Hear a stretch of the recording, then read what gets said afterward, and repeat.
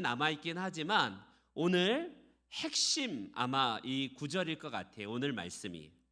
저자는 오늘 본문에서 우리 사회를 일컬어서 앵그리 사회라고 이렇게 정의를 합니다. 그러니까 분노 사회, 뭔가 잔뜩 화가 난 이런 시대를 살고 있다라고 합니다. 이전에는 헝그리 사회였지만 이제는 앵그리 사회다 이렇게 얘기를 해요. 굉장히 의미 깊은 말인 것 같습니다. 이전에는 배고픔 때문에 그렇게 크게 분노할 일이 없었는데 왜 이렇게 사람들이 화가 많아질까?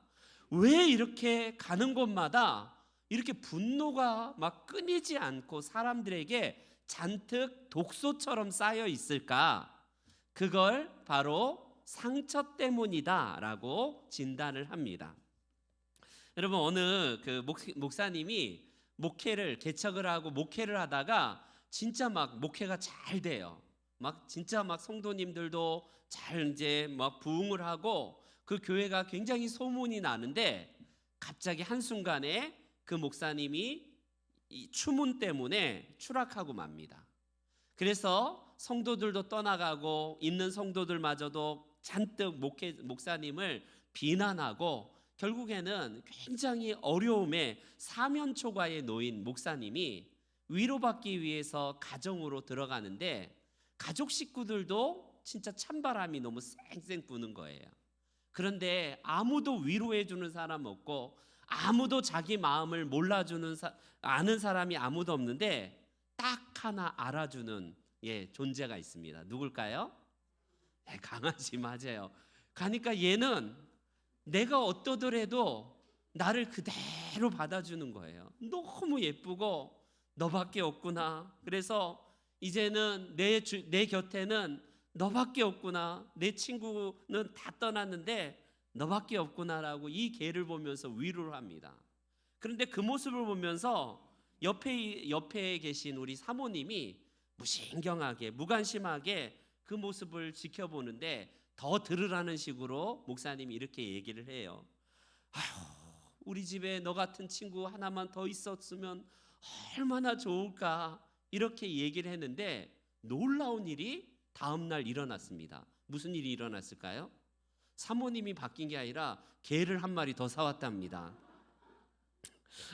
여러분, 오늘날 우리 시대에는요 누구나 다 상처를 받고 상처를 주기도 하고 그 상처가 결국에는 우리 안에 독소처럼 쌓여 있어서 결정적인 순간에 빨간 버튼이 딱 내 인생에 딱 들어오면요 그게 폭발할 수밖에 없는 잠재적인 우리는 누구나 다 분노의 사람으로 살아가고 있어요.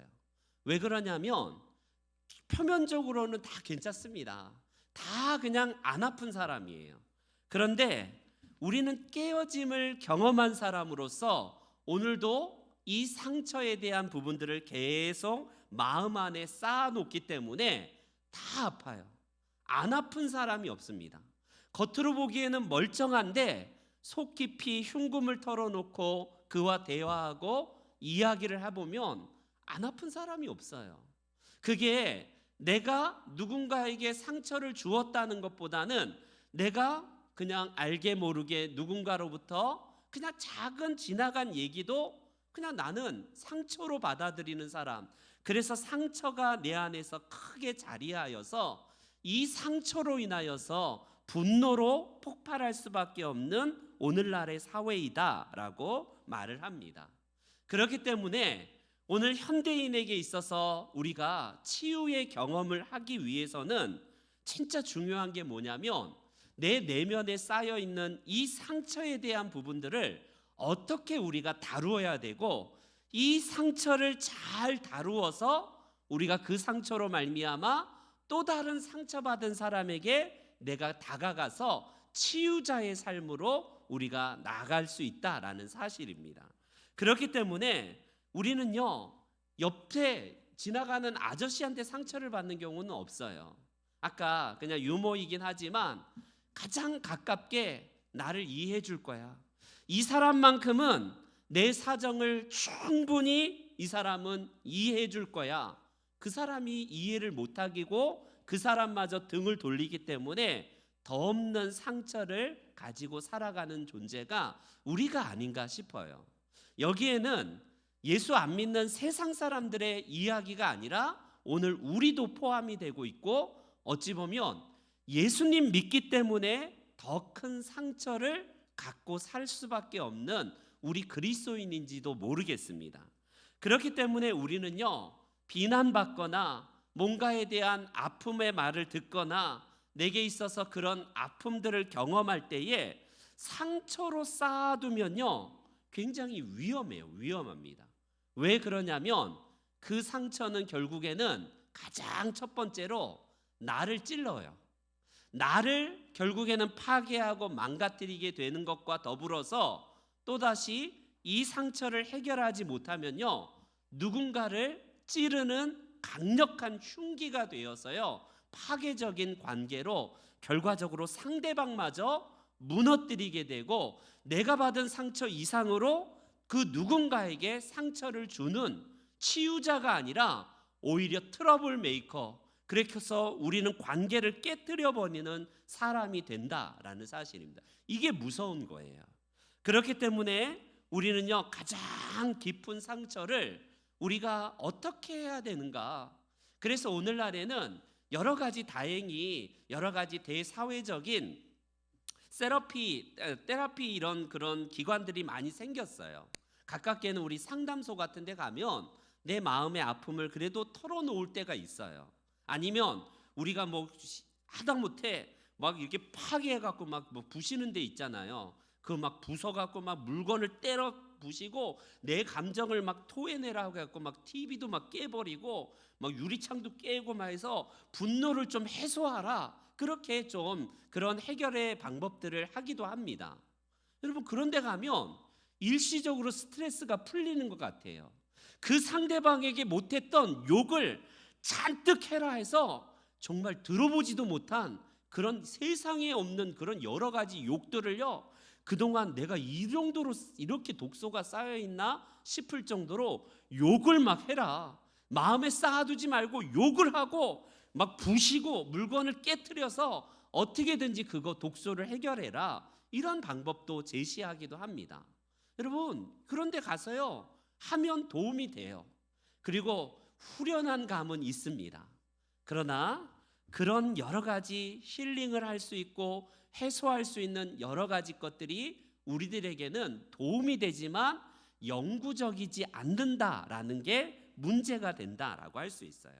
그렇기 때문에 우리에게 있어서는요, 다 아픈 존재이기 때문에 이 상처 입은 사람으로서 어떻게 우리가 해야 될까? 여러분, 어떤 분이 목사님께 상담하기 위해서 왔는데 너무나 인생이 힘든 거예요. 그래서 목사님은 참 좋으시겠어요. 늘 교인들하고 그냥 은혜의 말씀 나누고 성경 말씀 전하고, 그러니까 목사님은 평생 상처받을 일 없으시겠죠? 라고 이렇게 얘기하니까 어떻게 보입니까? 라고 하니까 늘 목사님은 은혜롭고 늘 찬송도 잘 들으시고, 그러니까 뭐가 뭐 상처가 있겠어요 하면서 그런 말 할 때 목사님이 이런 말을 합니다.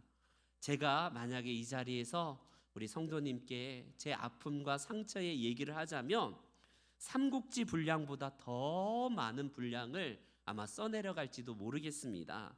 문제는 누가 상처를 받느냐가 아니라 이 상처를 어떻게 해소하고 우리가 해결해야 되느냐, 이게 중요합니다 라고 이야기를 하는 것을 봅니다. 여러분, 우리는 우리 인생에서 가장 중요한 건 뭐냐면 나만 아픈 게 아니라 다 아프다는 것을 먼저 이해하셔야 돼요. 우리는 내 아픔의 상처가 제일 크다라고 생각하지만 주위를 둘러보면 나보다 더 많이 아픈 사람도 존재하고 있다는 사실, 우리가 볼 때는 멀쩡하고 저 사람은 진짜 부럽다, 진짜 저 사람은 행복하겠다라고 하는 사람도 다 아픈 존재라는 사실이에요. 그렇기 때문에 우리가 첫날 치유자 우리 주간에 우리 월요일 날 같이 함께 살펴본 것 중에서 왜 이런 현상이 오늘날 더 두드러지냐면 바로 나 자신을 사랑하기 때문에 그래요. 나 자신을. 우리는 하나님을 말세에는 나 자신을 사랑하는 것으로 더욱더 두드러진 사회라고 하는데 하나님 사랑보다는 자기 애의 사랑이에요.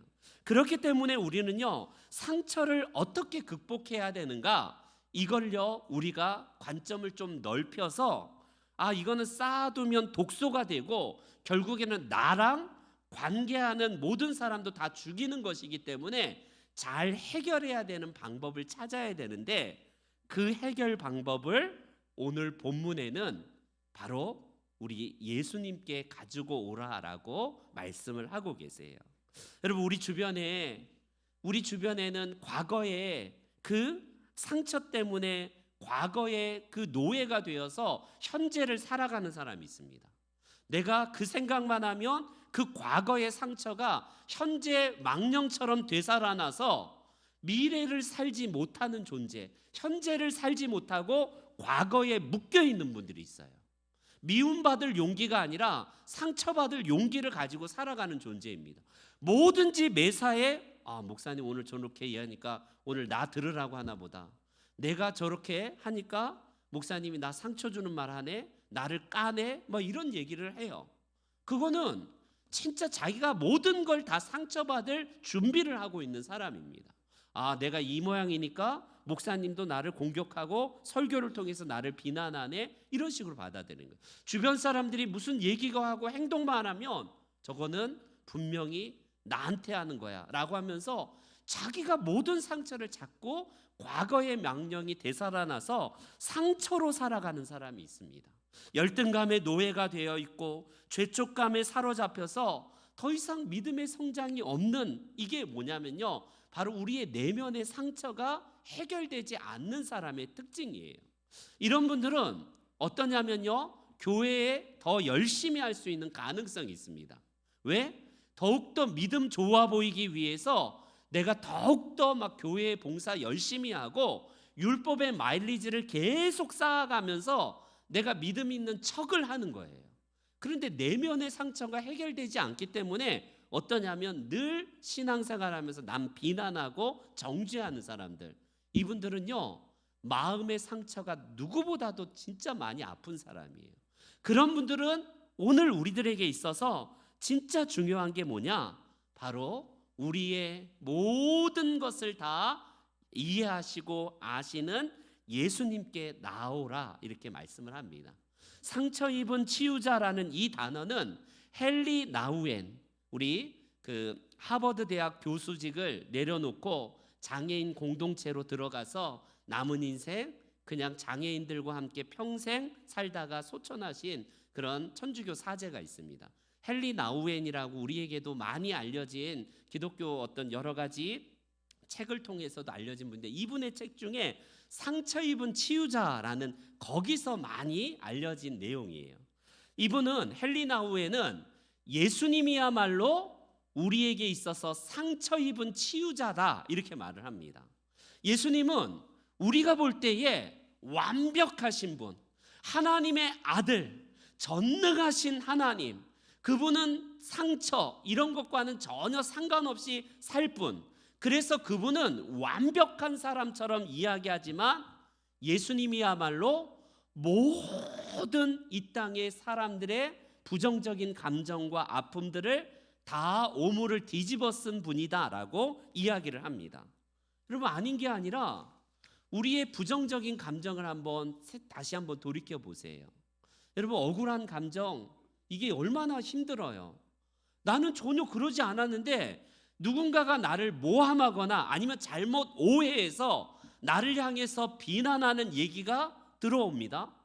그게 아니야, 나 그런 게 아니야 라고 했는데 이미 물은 엎질러 놓고 완전히 이거는 사실처럼 공동체 안에 이렇게 퍼져갈 때에 그걸 해결하려고 내 나름대로 그거 아니라니까 해도 사람들은 벌써 딱 그걸 가지고 나를 볼 때, 여러분, 이게 견뎌나겠습니까? 이게 얼마나 힘든 거예요. 아예 그냥 프레임을 딱 씌워 놔갖고 너는 그런 존재야 라는 게 어떤 공동체 안에서 딱 인식이 될 때에 이건 미칠 노릇이에요. 진짜 미칠 노릇입니다. 그런데 이 미칠 듯한 이 감정을 누가 체휼하셨냐면요, 예수님께서 아신다는 거예요.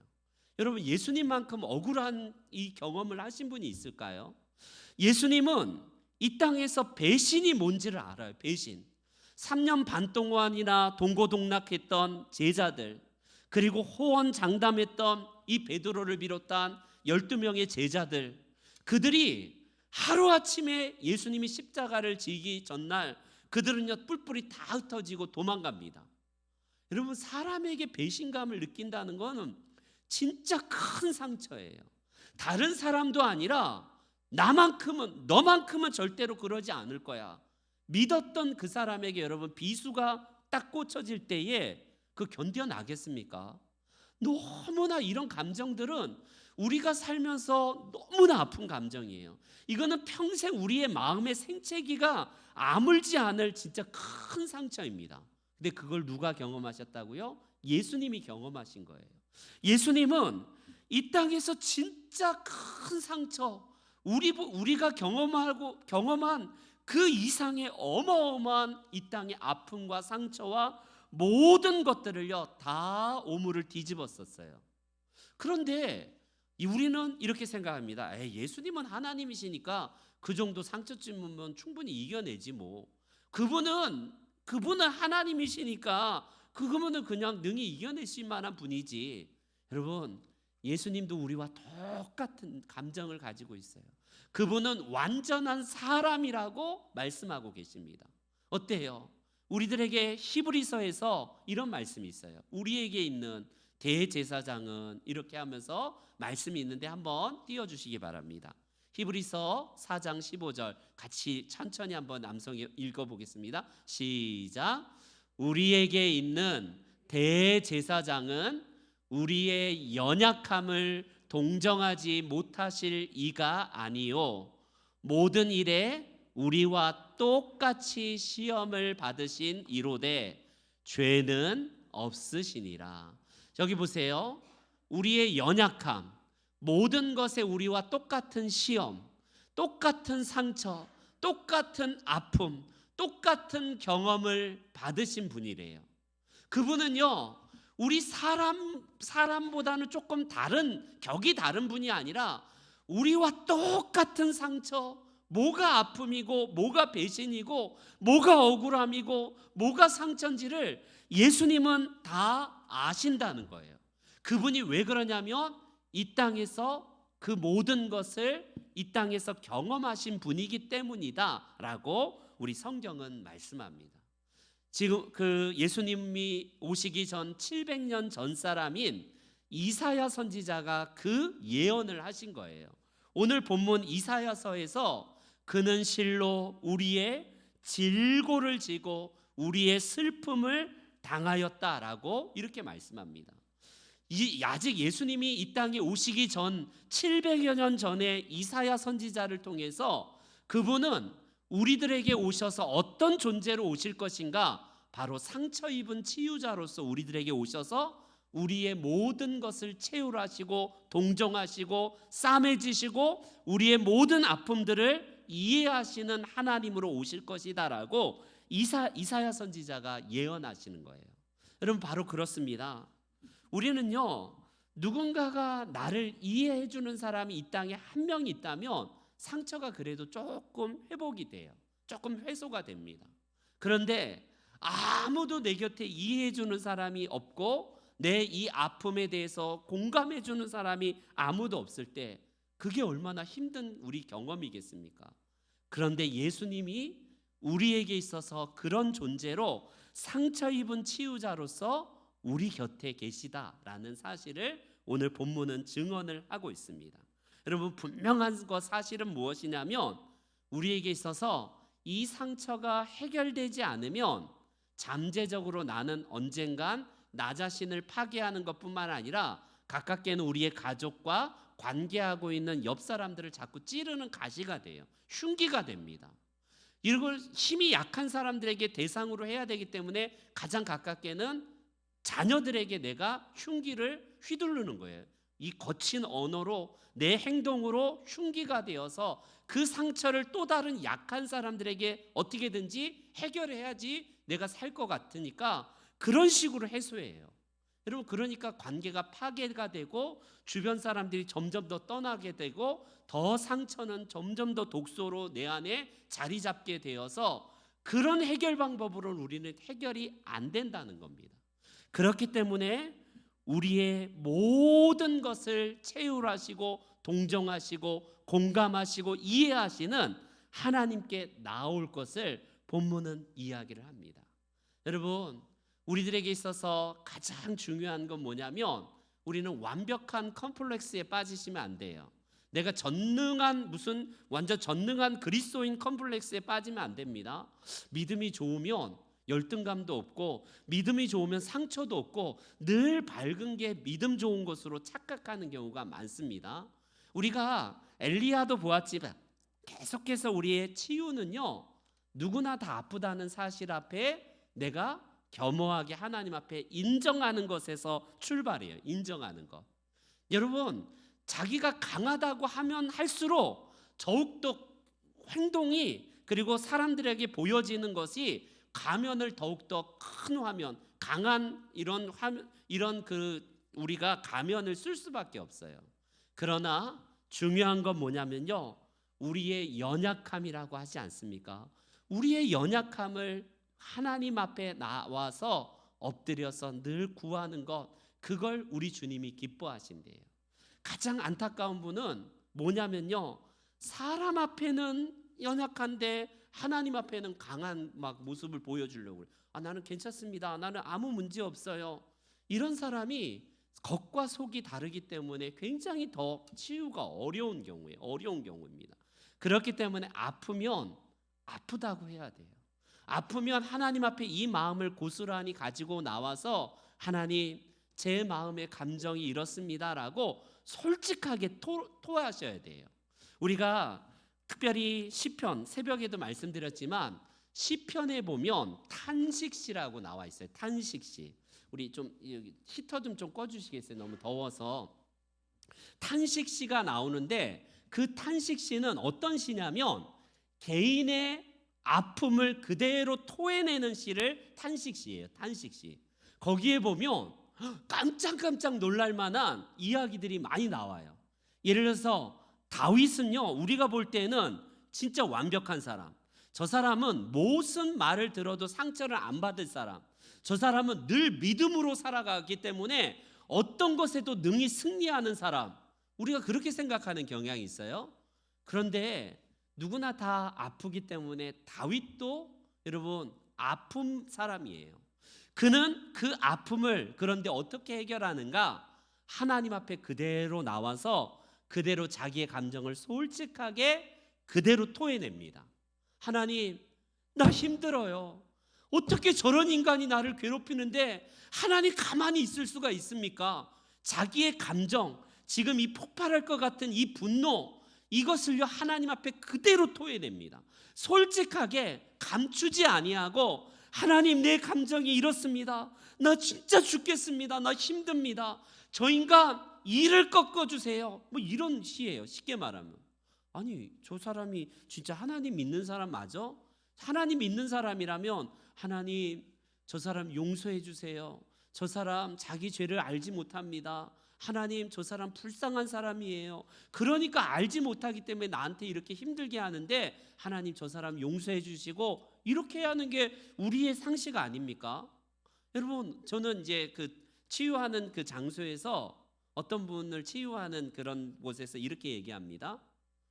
지금 솔직한 감정을 하시고 토해내세요라고 하니까 목사님인데 상처가 크신 분인데, 목사인데 용서해야지, 어떻게 그렇게 내가 그 사람을 향해서 비난할 수 있나요? 나는 끝까지 그렇게 못합니다. 내 마음은 힘들어 죽겠는데 용서해야 된다는 당위성 때문에 이게 감정선이요 안 맞는 거예요. 서로 평행선이 돼버리는 겁니다. 그런데 우리는 항상 뭐라고 생각하냐면 용서로 가기 위한 그 여러 가지 단계를 놓쳐버리고 바로 스킵해버리고 마지막 단계인 용서로 꼬리내야지 믿음 좋은 것, 이게 하나님이 기뻐하시는 거라고 착각해요. 여러분, 다윗은요, 그가 하나님 앞에 솔직하게 토해내고 아프고 상처난 그 모든 것들을 독소를 쌓지 않고 하나님 앞에 토해낸다는 겁니다. 그럴 때에요. 그를 진짜 힘들게 하는 모든 환경이 바뀐 게 아니라 내 마음의 감정을 하나님께서 만져주실 때에 탄식 씨가 끝까지 저주하고 끝까지 죽일 놈, 저 나쁜 놈 죽여주십시오 이렇게 끝나지 아니하고 결국에는 마지막 시편의 결론은 감사와 찬양시로 변하고 있다는 것을 보게 됩니다. 그게 여러분 시편을 읽을 때마다 적지 않은 위로가 돼요. 아, 그렇지. 여러분 시편을 읽다 보면 우리의 감정선을 그대로 우리의 선배들도 이런 경험을 했구나, 이런 아픔을 경험했구나라는 것 때문에 적잖이 위로가 됩니다. 우리는 처음부터 예수님의 기도와 같이 주여 불쌍히 여겨주세요, 저들은 자기들이 하는 일을 알지 못합니다, 여길로 가기 위한 우리 단계들을 거쳐야 된다는 거예요. 그게 바로 상처의 치유에 있어서 굉장히 중요한 단계라는 사실을 기억하시기 바랍니다. 우리 함께 한번 PPT 한 번 더 넘겨주세요. 에베소 4장 말씀에 이런 말씀이 있습니다. 에베소서 4장 말씀에 그 앞에 컷이요. 네, 한번 그 위에 31절에 이런 말씀입니다. 너희는 모든 악독과 노함과 분냄과 떠드는 것과 비방하는 것을 모든 악의와 함께 버리라 라고 합니다. 버리라. 여러분 우리 안에 있는 쌓여있는 악독, 이 노함, 상처로 이렇게 바뀌어지는 저런 여러 가지 것들을요 어떻게 하라고 성경은 말하면 버리래요. 계속 안에다 쌓아놓아야 돼. 참으면 돼. 참으면 살인도 면해. 너 그 상처 마음에 그냥 차곡차곡 쌓아놔. 여러분 성경은 그걸 버리래요. 근데 그 버리라는 걸 어떻게 구체적으로 하는가? 우리가 함께 시편에서 보았듯이 하나님께 가지고 나와서 하나님께 토해내는 거예요. 이 모든 독소를 내 안에 쌓아두고 참으면 되겠지, 시간이 해결해 주겠지, 그게 아니라 하나님 앞에 이 상처난 마음을 고스란히 들고 나와서 우리 주님이 이해하신다니까요. 야, 너 그것도 이해 못해갖고 네가 무슨 목사냐, 네가 무슨 그리스도인이야, 이렇게 우리 하나님을 책망하지 아니하고 내가 잘 알아. 그래, 너 참 힘들지. 내가 너 정말 알아. 진짜 너 눈물 나는 상황인 거 나도 경험해봐서 내가 알아. 우리 예수님이요 상처 입은 치유자로서 그 경험을 우리들에게 다 하셨기 때문에 주님은 그것을 그대로 받아주신대요. 여러분 가장 어려운 게 뭐냐면 이해하지 못하는데 자꾸 이해하려는 척하는 게 어려운 거예요. 공부 잘한 사람이 공부 못하는 사람을 이해를 잘 못해요. 아니 나는 조금만 하면 100점 맞는 거 쉬운데 공부를 막 열심히 했는데도 성적이 안 오르는 애를 보면 이해가 안 가요. 부모가 완전히 무슨 인류대 출신인데 자녀가 막 공부를 못한다. 부모가 이해가 안 가는 거예요. 어떻게 이런 자식이 나올 수 있을까 했어요. 이해가 안 되는 거예요. 그런데 우리가 있어서 그 모든 것을 이해하는 것은요, 그것을 체험한 사람은 이해가 합니다. 아, 그래, 맞아, 내가 알아. 이게 여러분 우리들에게 있어서 누군가 내 사정을 안다라는 것 때문에 되게 우리는 상처가 회복의 출발이지 않습니까? 여러분 상처를요 다른 곳에서 해결하기 전에 하나님 앞에 나와서 토해내십시오. 그냥 거룩한 척, 믿음 있는 척, 그것을요 내가 가면 쓴 채 나오지 마시고 조용할 때, 그냥 남 없을 때, 아니면 같이 기도하는 시간에 하나님 앞에 내 마음의 감정을 토해내는 게 중요합니다. 그래서 우리가 이제 상처 입은 치유자이신 예수님이 치유자로서 우리에게 치유했듯이 저와 여러분들도 이제 남은 인생 이런 인생으로 살아가시도록 하나님이 우리를 부르신 거예요. 여러분 상처난 사람은, 상처난 경험을 한 사람은 그 사람을 아픔을 이해해줘요. 압니다. 판단하거나 평가하지 아니하고 그를 위해서 손을 잡아주고 같은 편이 돼주고 내가 너의 마음을 알아 하면서 치유자로서 그 사람에게 다가갈 수 있는 게 이게 치유를 상처를 받아본 사람의 특징입니다. 저와 여러분들이 하나님께서 우리를 완벽한 존재로 지으시지 않고 깨지기 쉬운 질그릇과 같은 존재이기 때문에 이 깨진 그릇인 저희들에게 주님께서 정말 치유자로서 우리를 사용하시기 위해서 세상에 보내십니다. 저와 여러분들이 할 일은 이제 남은 인생 저와 여러분들이 치유자가 되어서 누군가의 옆에서 눈물을 흘려주는 거예요. 같이 손을 잡아주는 겁니다. 그런 연약한 자를 볼 때 자꾸 내 시각으로 판단하고 평가하지 마시고 그를 위해서 같이 눈물을 흘려주시고 같이 손잡아 주시고 내가 당신 마음 알아요. 내가 집사님 마음 너무 알아요. 나도 그런 경험이 있었어요. 나도 정말 아파봤어요.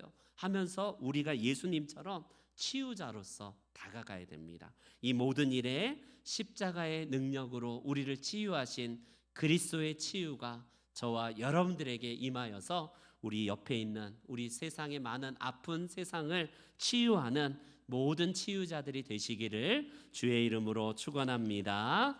아멘. 이 시간에 함께 같이 찬송 드리겠습니다.